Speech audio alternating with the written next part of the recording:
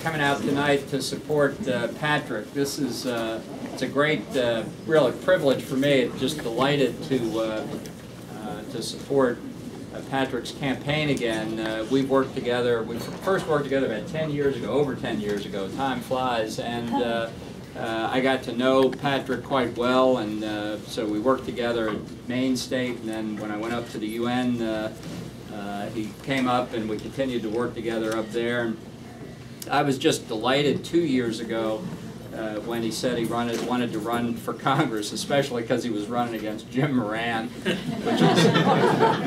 which is a desirable thing, and great that he's running again this year. You know, I can't imagine a more important election for all of us than the one we have this year, and I can't imagine a more important place than Virginia, and frankly, I can't imagine a more central congressional district than this one.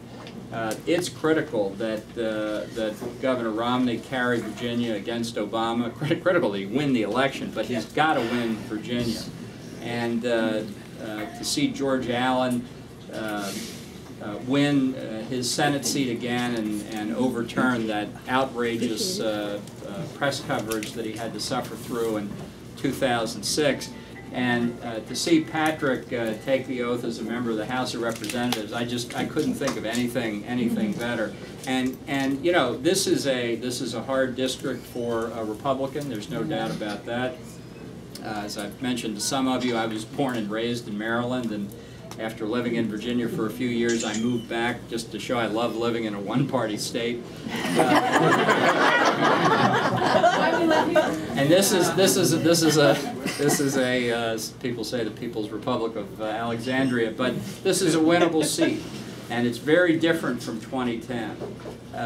Number one, Patrick, having run in 2010 when he started with zero name recognition against an entrenched incumbent, has built up that name recognition and ran a very good race in 2010. I think people know that. So he's learned all the things that you need to learn, and you know, let's face it, made the mistakes that a first-time candidate makes. You know, he operated under the idea that if you just talked about the issues, you ought to be able to win, right? Faced with really one of the most offensive members of Congress, personally and professionally, that you can imagine. The things that he's done, the incidents he's been involved with, the temper of his remarks, including just unquestionably anti-Semitic remarks, and we've seen what he would do to gain re-election. So Patrick's been through all that in 2010, and now in a district that's been redistricted. It's not as favorable to the incumbent as it was before, and this is going to be an election where every vote counts. So I really think that because of all that hard work that he put in 2010, we couldn't have a better candidate in this district, and how important it is to get out every vote we can for Patrick, for Allen, and obviously for Romney.